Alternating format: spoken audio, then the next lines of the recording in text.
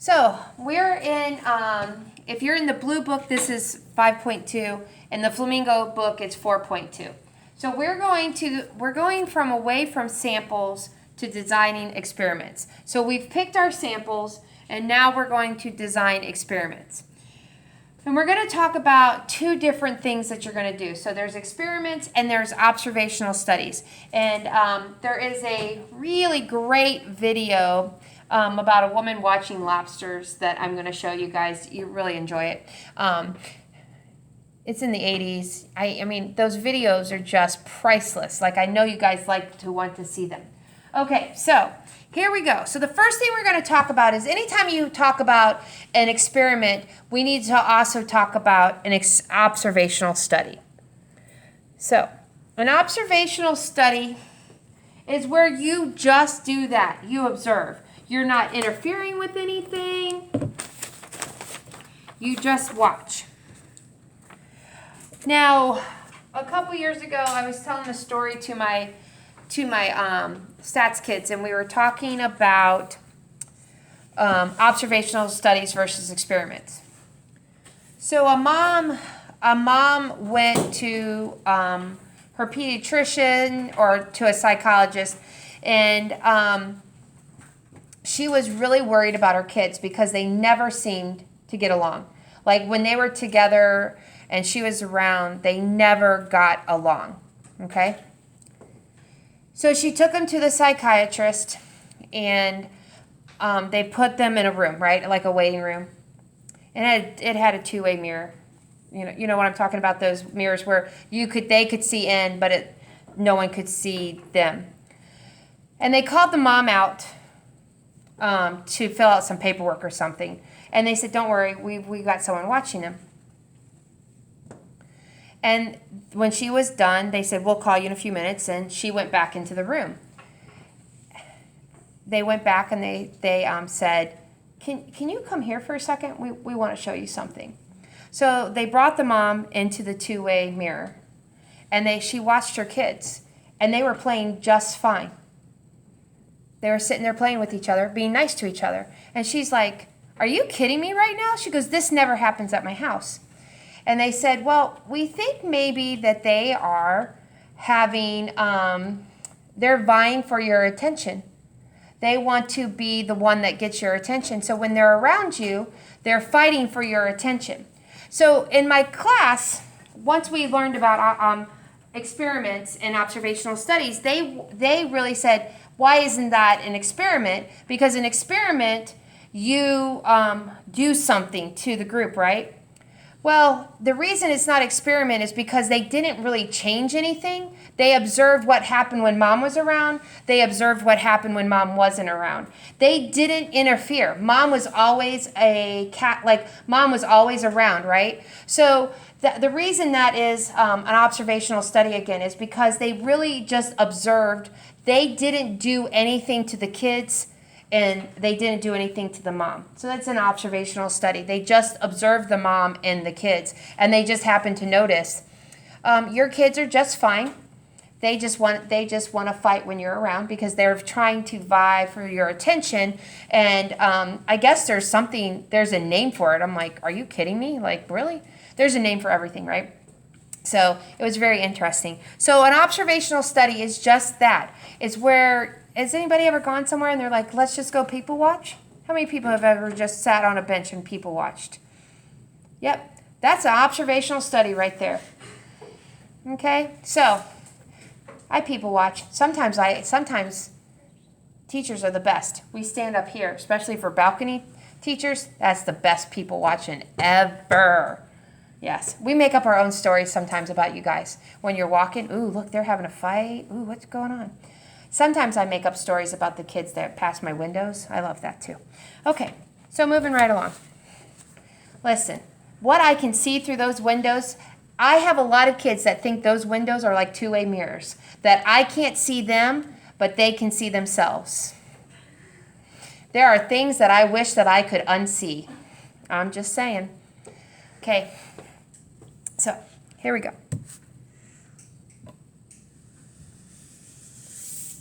Did you like that transition? Okay. Experiment. If you want to examine a cause and effect relationship, this is what we conduct.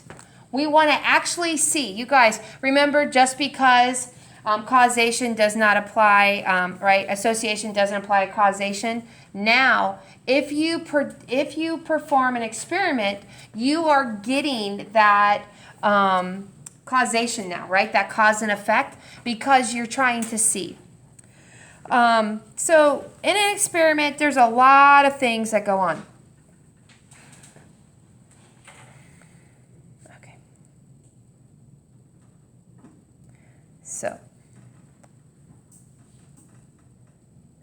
this is very, this PowerPoint got a little bit more detailed in it, got a little bit better with the transitions. So the individual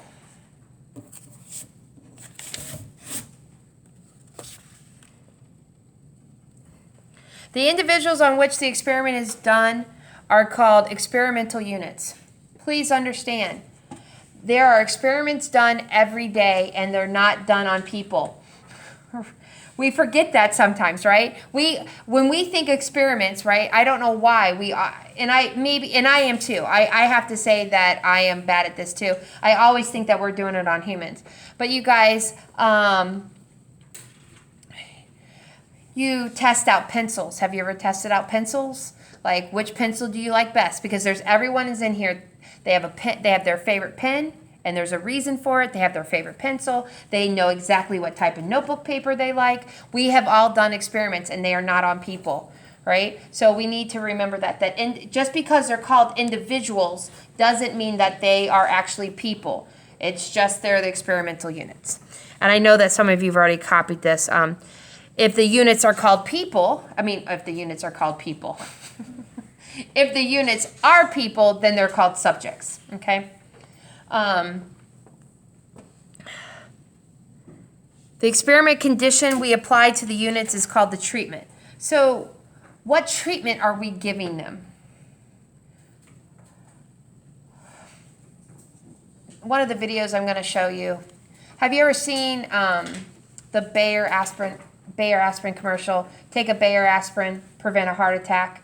Have you ever heard of that? They sometimes play it on the radio. Do you guys even listen to commercial radio anymore? Because I know I try not to. Do. You do? Of course you do.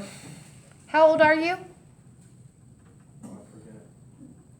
I'm too old. Okay. So there was a study done, an experiment done, where they gave everyone at a certain age, they went through the whole thing. They gave them an aspirin versus a placebo, and we'll talk about that. I'm sure that if you've taken AP Psychology, some of the stuff I'm talking about, They gave everyone an aspirin, and they tested that out. So the treatment was an aspirin. So Bayer promotes that it helps prevent heart attacks. Okay, so that experimental condition is a treatment. The explanatory variables causing a change in the other variables are called factors.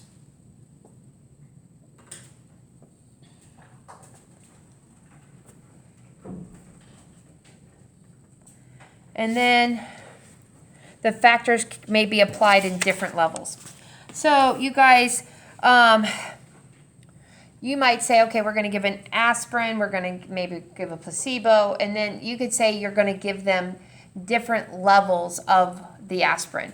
Maybe 10 milligrams, maybe 30 milligrams, maybe 15. It just, you have different levels because you want to see which one works the best, and then you make a decision. Okay.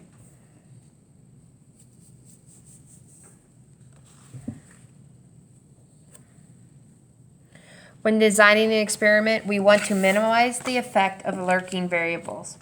Okay, so we really haven't talked a lot about lurking variables. The AP program, they kind of gotten away from lurking variables into confounding variables. And lurking variables are things out there that might be hiding that are also affecting the process. So ice cream sales are really good in the summer. So they think that, what was the problem? So they said something about ice cream sales. So we're gonna order. So summer means ice cream goes up, and they said, I forget how it went. But one of the lurking variables that they didn't take into account is that the reason that ice cream sales go up in the summer is because why? What happens in the summer? What? It's hotter. It's hot, right? But that wasn't one that they thought of. But that could be a lurking variable, right? Is that people buy more ice cream. Now, I'm one of those people that think ice cream should be eaten at any time of the year. And when I lived on the Cape, there was this little ice cream stand, and I wanted ice cream. So we went to drive there, and they were closed. After Labor Day, they closed. I'm like, what? What do you mean? They're like, no, the people don't come. I'm like, so there was no ice cream at the stand on the Cape from the day after Labor Day until Memorial Day. I'm like, ugh, that's awful. What do you mean you can't go get an ice cream cone? Because I was from Florida, right? So in Florida, you get ice cream anytime you want to because we all know that Florida has one temperature. So, okay. So now, we have to think about all those lurking variables, okay? And some of those lurking variables can be people people who think that, and this is when it comes in the most.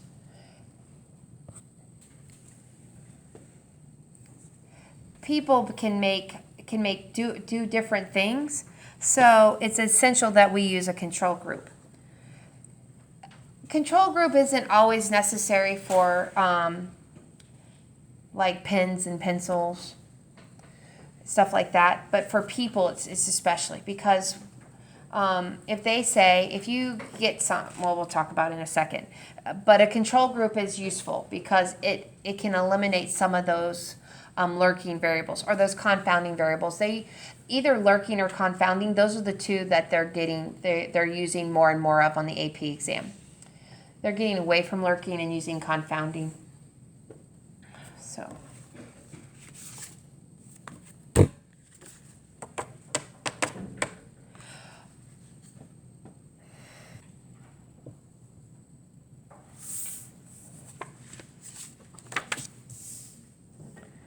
Okay.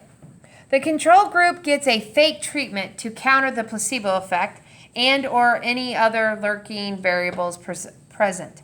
Having a control group allows us to compare the results of the treatments. You guys, sometimes, let's say someone thinks that they're going into an experimental group testing a diet pill. Okay? So what people do is they take this diet pill, and some people are like, okay, well, I'm going to start exercising because I really want to help this diet pill, right? So they start exercising, and they take the diet pill. Well, the diet pill, right, is the treatment, not the exercise. So anytime, like people that, cholesterol medicine, right? Someone takes cholesterol medicine, they're like, okay, but I've got to change my diet and I need to start exercising because the cholesterol medicine is to help me. Well, now I have put in two lurking variables, right? Exercising and I changed my diet. So now if you do a diet pill, what do?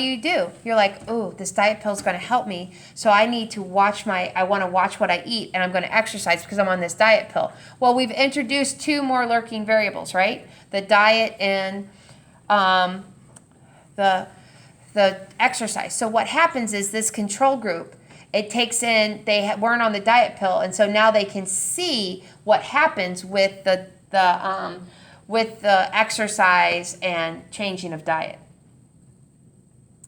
Sometimes they'll say, we're going to give you this diet pill and we want you to exercise. Sometimes they'll say, we're going to give you this diet pill and you're going to change your diet. And they get placebos because they want to see what's really affecting the weight loss, okay? So This talks about all those things, okay? So we have treatments, we have factors, we have placebos, we have control groups. Now we really got to talk about how do we want to design it, because sometimes how we think we're going to design it doesn't, it changes. So how many minutes do you think I can get?